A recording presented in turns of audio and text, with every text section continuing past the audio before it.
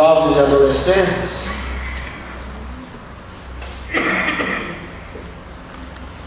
que vai de 12, 13 anos até um pouco mais da irmã Valquíria. Valquíria Clara. Valquíria Clara, Passos Clara, né? Não é uma Valquíria Gonçalves, né? Pois é difícil de identificar a faixa etária, e sim é mais para identificá-los na questão do tempo que passam com os pais, né? Mas eles vivem num mundo conturbado. Eu, quando vejo esses meninos na universidade, na USP e outras aí, onde as pessoas chegam para, às vezes até algumas escolas teológicas, não é fácil mandar alguém também para uma escola teológica, né, sobre risco de perder o básico da crença. Eles enfrentam um mundo diferente daquele que é o mundo da igreja. Pelo que eu sei, aquilo que eu posso saber também, né, ter conhecimento, quase a sua totalidade vive uma vida coerente. Tem os impulsos jovens, tem os impulsos deste mundo, um vestuário diferente do nosso, um vocabulário às vezes diferente do nosso, mas o mundo que eles vivem é um mundo desafiador. E uma das coisas que eu tenho agradecido a Deus, em verdade, todos esses anos eu lia, é poder ter uma visão melhor do mundo e compreender das dificuldades que esses jovens enfrentam, né? Alguns são casados, alguns pensam em casar, alguns estão buscando financiamento em 20 anos para casar, mas estão aí, né? Alguns estão começando. Hoje eu vi a quantidade de solteiros na ata, e eu dizia, em breve possa mudar esse estado civil, mas isso também não significa que você é feliz ou não por conta do estado civil. Precisamos entender isso. Semana eu tive contato com um artigo sobre vulnerabilidade familiar e aconselhamento pastoral. E ele é escrito por um ex-padre, hoje membro de uma igreja evangélica. E ele escreveu um artigo sobre a questão da vulnerabilidade. E é nesse ambiente de vulnerabilidade familiar que nós vivemos. De certa forma, os amigos desses meninos vivem, alguns deles vivem, e nós vivemos também. Esse autor, o Dr. Neivaldo, ele começa o artigo onde ele faz uma citação, fazendo uma releitura de um filósofo alemão do século XVIII, Kant, onde Kant já pensava no agir local com um pensar global. Isso quer dizer, aquilo que eu faço aqui e agora é um ato local, mas o meu pensamento deve ser conduzido para um pensamento mais global, isto é, menos do quintal da casa e mais amplo em termos de mundo. Então ele faz a citação de um alemão que criou uma filosofia com o nome do princípio da responsabilidade.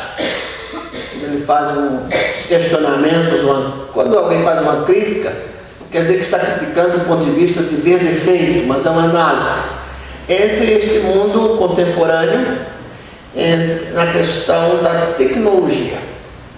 E esse homem, falecido há 10 anos, Hans Jonas, diz o seguinte: age de tal maneira, ou age de tal maneira, que o efeito das tuas ações não comprometa ou não coloque em risco a sua possibilidade de futuro. Agir de tal maneira, ou age de tal maneira, que o efeito das suas ações, aquilo que eu faço hoje, aquilo que eu faço agora, aquilo que eu me envolvo, aquilo que eu faço opção, não coloque em risco a possibilidade de uma vida futura. Eu sei que tem a graça de Deus, não estou entrando agora nesse mérito. Mas quando ele fala a respeito da teoria, o princípio da responsabilidade, é aquela questão que eu às vezes falo com vocês: se tivermos um cuidado dos 15 aos 25 anos, não cometermos determinados atos que possam prejudicar nossa história de vida, certamente viveremos 40 anos, 50 anos de forma melhor. Nós tivemos uma irmã aqui entre nós durante muito tempo, a irmã Neise Franciscato.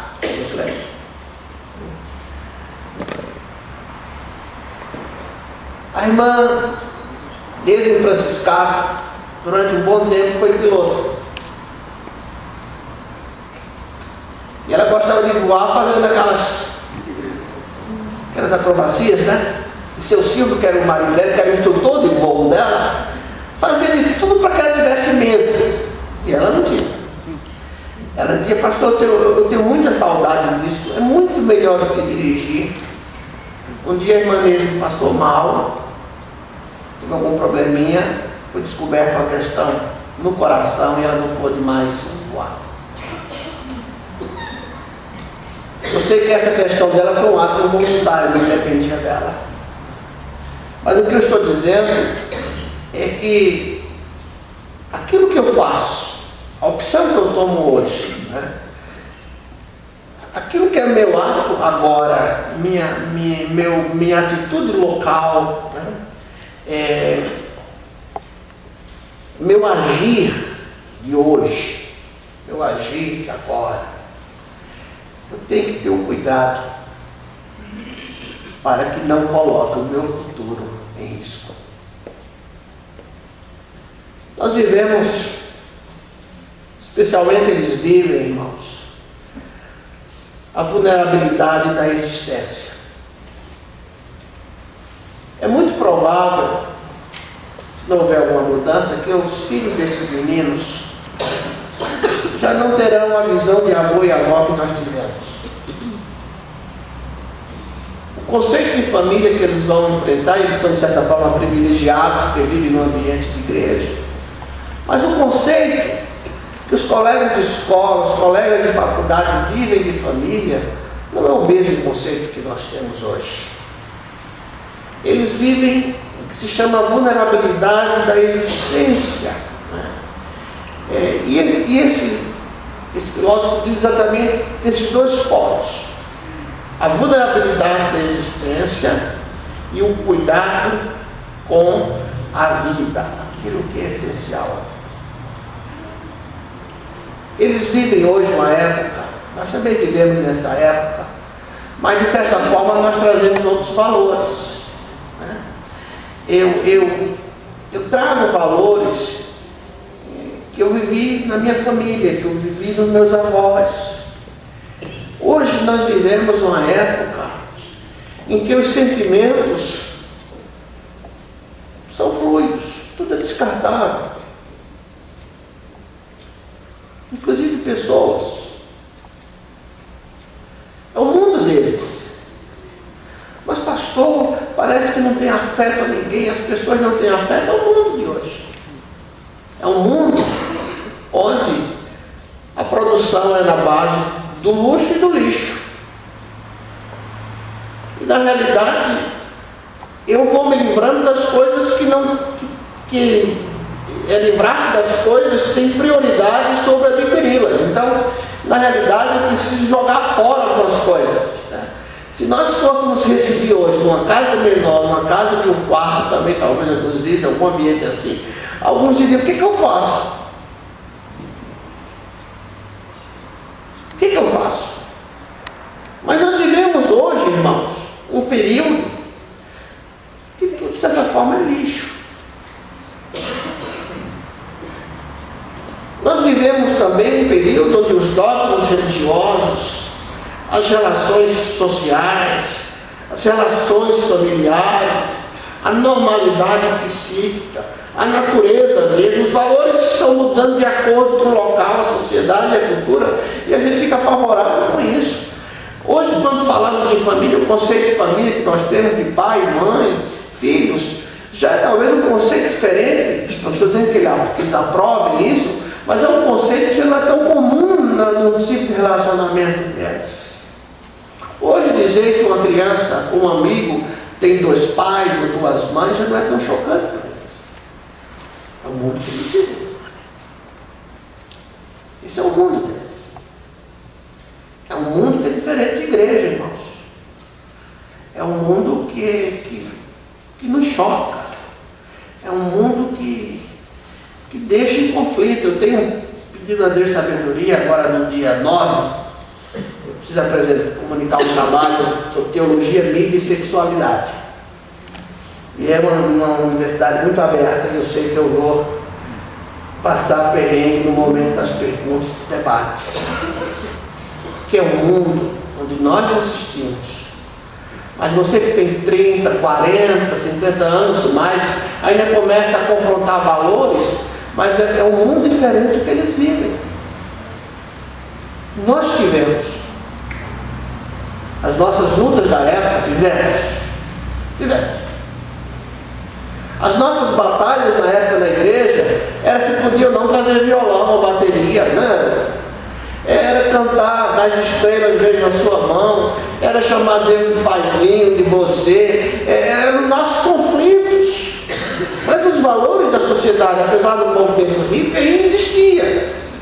O deles, eles vivem num mundo muito diferente do que fomos criados. E ser crente neste mundo, ser sal nesse mundo, ser luz nesse mundo, é um desafio muito grande para eles. Eu às vezes digo: Senhor, tem misericórdia dos jovens pastores, que vão ter que enfrentar esse mundo, tem misericórdia deles, tem que enfrentar no trabalho, nas universidades, valores que entram em confronto, tudo aquilo que eles ouviram dos pais, numa sociedade onde nada mais tem resistência, de certo modo, nada mais dura. Só o fabricante de televisão que dá garantia até tantos anos, mas mais não tem. Nada é feito para durar. Nada é feito mais para durar. Nem os casamentos. Nem as famílias. Mas nós cremos que a palavra de Deus é presente e é eterna, mesmo dia a dia. Eu entendo, irmãos, e compreendo e faço um esforço grande. Não pense que é fácil. Vocês que vivem num mundo talvez diferente do meu, vocês que vivem no mundo do trabalho, do comércio, da indústria, diferente do meu ambiente de igreja. Mas eu sei que a palavra de Deus tem um recado essa noite. Antes de tudo, quando a Bíblia fala em vitória, vencer maligno, não é uma vitória escatológica, não é uma vitória só para a eternidade. Quando a Bíblia diz que em Cristo somos mais que vencedores, isso é falado com uma verdade presente. não apenas de uma verdade contemplativa de algo que vai acontecer só no final dos tempos, ou quando você morrer para Jesus, morrer em Jesus. A palavra de Deus, quando nos fala em vitória, ela está falando de uma vitória que é possível hoje, que é possível agora, e que é real agora, e que é presente. João, em sua primeira carta, no capítulo 2,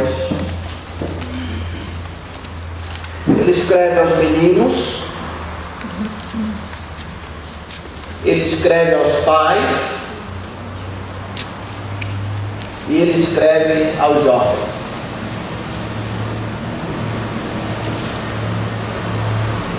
E João considera a força do jovem. Diz assim a palavra de Deus: eu vos escrevi, 1 João capítulo 2, verso 14.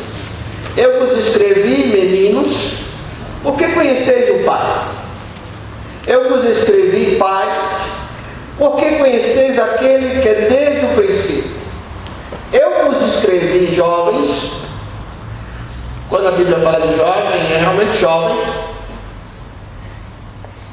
E essa ideia de escrever é a ideia de expressar graficamente sentimentos, expressar aquilo que está no coração, aquilo que João está sentindo a partir do mover do Espírito, da inspiração do Espírito Santo de Deus. Ele diz: eu vos escrevi, jovens, porque sois fortes, e a palavra de Deus permanece em vós, e já venceste o maligno. Eu vos escrevi, jovens, porque sois fortes,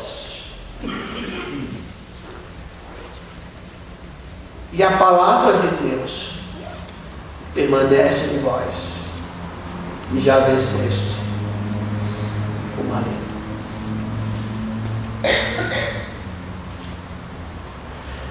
João começa dizendo: eu vos escrevi, jovens, porque sois fortes. E a ideia da palavra é força mental, força física, mas também força mental. João não considera jovem cabeça de vento. João não considera jovem levado por qualquer vento de leviandade. Isso que o texto diz.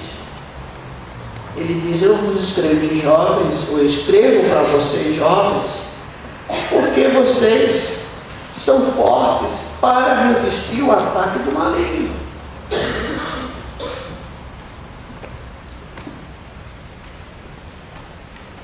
Eu brinco que tem um jovem aqui que leva 50% das orações, mas tem 50% que pode ser distribuído pelos outros. Mas ainda que ninguém dê valor para eles, a palavra de Deus dá. Dizendo: olha, estou escrevendo a vocês porque vocês têm uma força física e mental. Essa é a palavra do grego diz.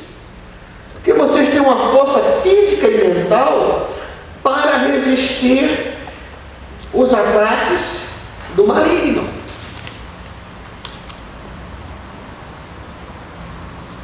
Nós às vezes pensamos, porque não conhecemos em parte o mundo deles. Eu lembro quando eu ia visitar, ia buscar,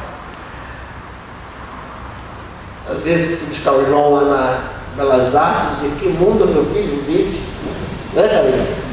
Né? E era o mais normal.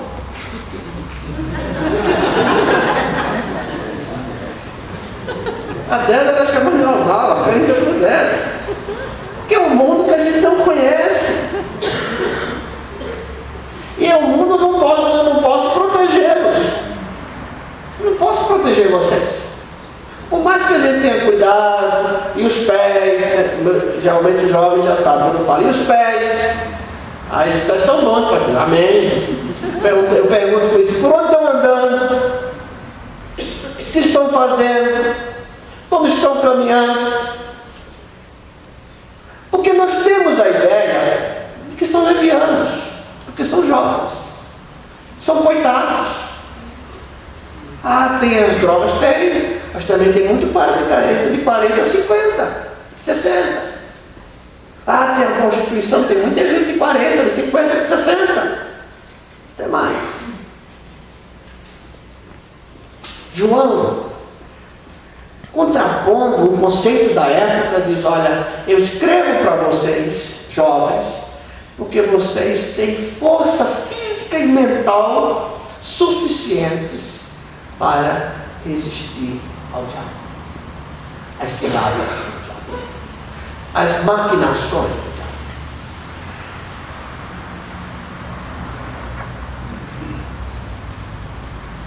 Isso está lá em Efésios 6.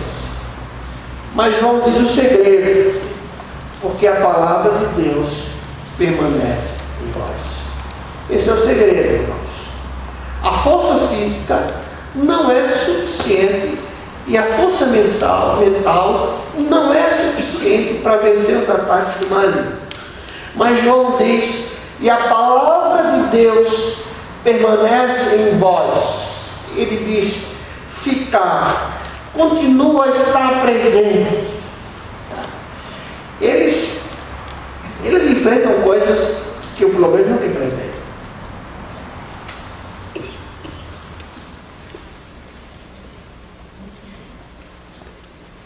Não é fácil o mundo deles. Não é fácil ser aluno na rede pública, na particular, aos 14 anos, aos 13 anos, aos 15 anos, 17 anos, 18 anos. Não é fácil. Nas escolas teológicas, irmãos, às vezes os alunos ficam em choque. Não é fácil ouvir o que os professores dizem para eles quando se referem a Deus. A maior parte não dá.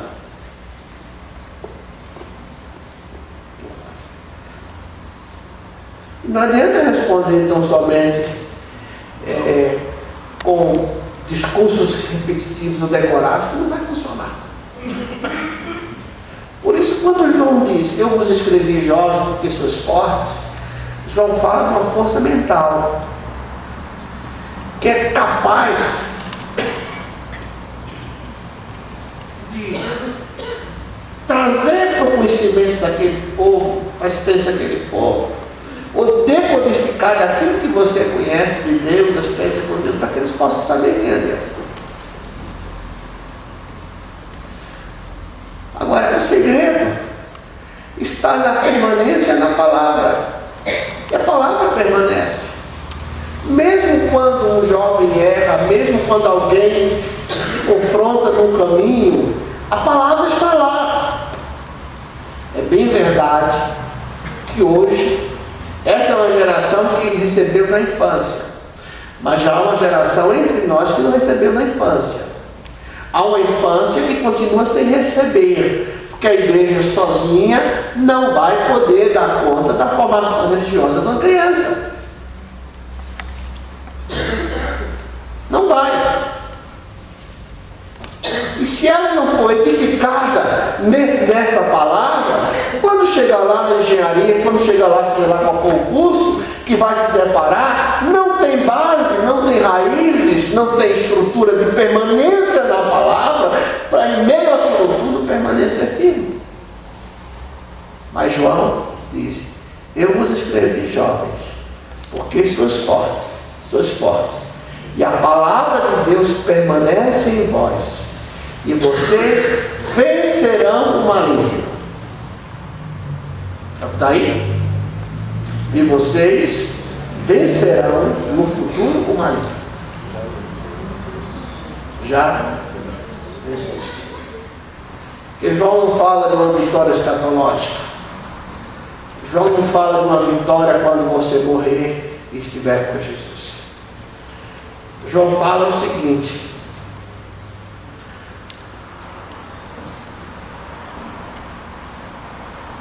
é uma experiência de já ser vencedor. Por quê? Porque porque vocês são fortes física e mentalmente. Por isso que a palavra de Deus recomenda equilíbrio disso.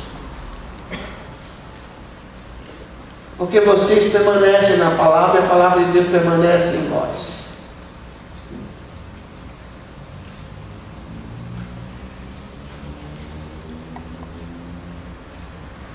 Quando você está, não deixará vacilar o teu pé, aquele que te guarda, não dormitará. Quando está vacilando, a palavra de Deus fica lá. Alguns dizem que isso não presta. Isso é por conta do que você recebeu, que isso que você recebeu estorva a sua vida, estorva o seu futuro, inibe você, isso tudo é uma ilusão e você não vai conseguir a canto nenhum.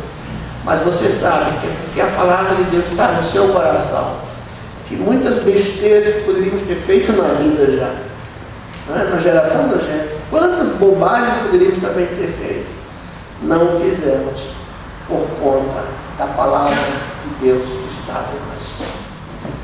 Eu vos escrevi, jovens, porque sois fisicamente e mentalmente fortes. Algumas vezes mais física do que mental, mas deve haver equilíbrio. Né?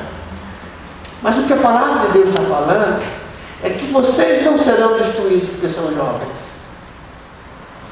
Precisamos respeitar essa gente. Eles chegam a lugares que nós não chegamos. Nem chegamos até hoje, não vamos chegar. Eles vão lidar com pessoas que jamais lidaríamos. Eles convivem com pessoas que nós não convivemos. Por isso, são alvos da nossa oração. Mas não apenas como oração protetora, mas que na realidade é uma tomada de posição, é o agir de agora, de modo que a minha vida, porque eu tenho Deus, eu conheço Deus, eu tenho experiência com Jesus, a minha vida ela é vivida de tal forma que o meu futuro não se torna comprometido. E ainda que eu venha comprometer o meu futuro, eu tenho a graça de Deus também que me restaura. Mas o que a palavra de Deus está dizendo, que olha, engraçado que Paulo uma vez diz a Timóteo, ninguém considere você irrelevante por conta da sua juventude. Às vezes nós temos a tendência de considerar a juventude como se fosse aquilo que o japonês frita na feira. E não são pastéis.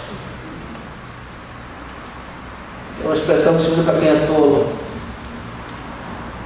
São inteligentes. Tem uma visão diferente do mundo que nós temos. Mas a palavra de Deus diz que eles já venceram o maligno. Eles estão e são vencedores. A minha oração é na certeza de que essa palavra é verdadeira. E mesmo diante de tudo aquilo que eu leio, vejo, conheço, vou conhecer através do que se escreve sobre o mundo, a palavra de Deus é verdadeira para aqueles que creem. E a palavra de Deus diz: eu escrevi para você, jovem, eu escrevi para você, fulano, porque você é forte.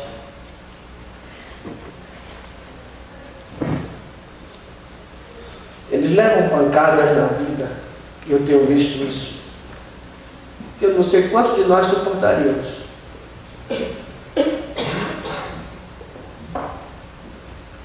Alguns desses meninos levaram pancadas na vida, eu não sei quantos de nós suportaríamos.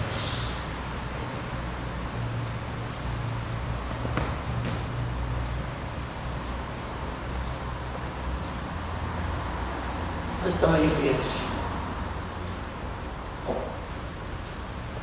Por isso, João, na forma carinhosa, escreve: eu vos escrevi, jovens,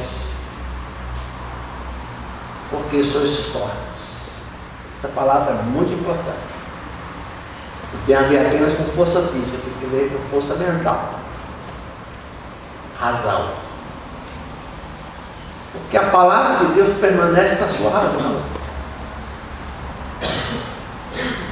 Querendo ou não, vem. E a palavra de Deus diz que você potencialmente já venceu.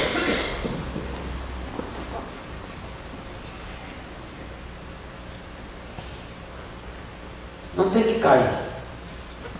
Potencialmente já venceram. Porque a Bíblia diz que em Cristo somos mais que vencedores. É lógico que poderão cometer erros. Às vezes nós cometemos algumas burrices na vida, né? O que fazer? Estava na arca. Ia na arca. Conviver ali 40 dias. Então, herdamos daquela convivência, às vezes, algumas burrices que fazemos na vida. Né? Mas mesmo assim tem a graça de Deus. Tem a graça de Deus. Se você pode evitar em Deus e cometer burrices que possam comprometer o seu futuro, glória a Deus. Se foi feito, aproprie-se da graça de Deus, que faz de você uma nova história, um novo acontecimento, um novo momento. Mas que saibamos todos que o ambiente que eles vivem é um ambiente desafiador. O ambiente que os nossos filhos vivem é um ambiente desafiador. Às vezes eu fico escutando conversas, a gente vai observando valores, ensinos, que é diferente da nossa classinha de escola dominical. Eu vos escrevi, jovens. Serve para aqueles que se consideram jovens também.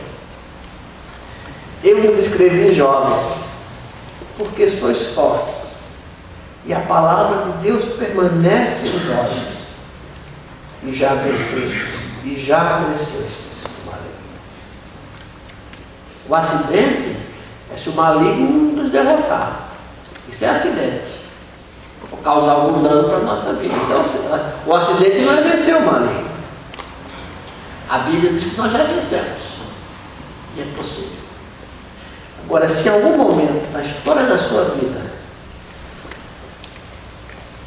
ela foi meio que esbofeteada, ou aconteceu algo na sua vida que você entende que prejudicou a sua vida, se aproprie da graça, escreva nova história. Isso é possível em Cristo. Que o Senhor nos abençoe e que possamos orar por estes que não serão, já são a realidade presente, que a maior parte deles trabalham, quem não trabalha, quem está estudando, dedicando mais ao estudo, mas eles enfrentam batendo cedo amanhã, emendam com a escola, emendam com as atividades da igreja, os compromissos da igreja, e são alvos e merecem as nossas orações e o nosso louvor também de gratidão e expressão a Deus por isso. Parabéns a vocês, jovens e adolescentes, e que não esqueçam das palavras de João e que possam agir de tal maneira que não comprometam o futuro. Se acontecer, temos a graça de Deus que nos torna da vida e nos vivifica. Que Deus nos abençoe. Cantemos o hino indicado no nosso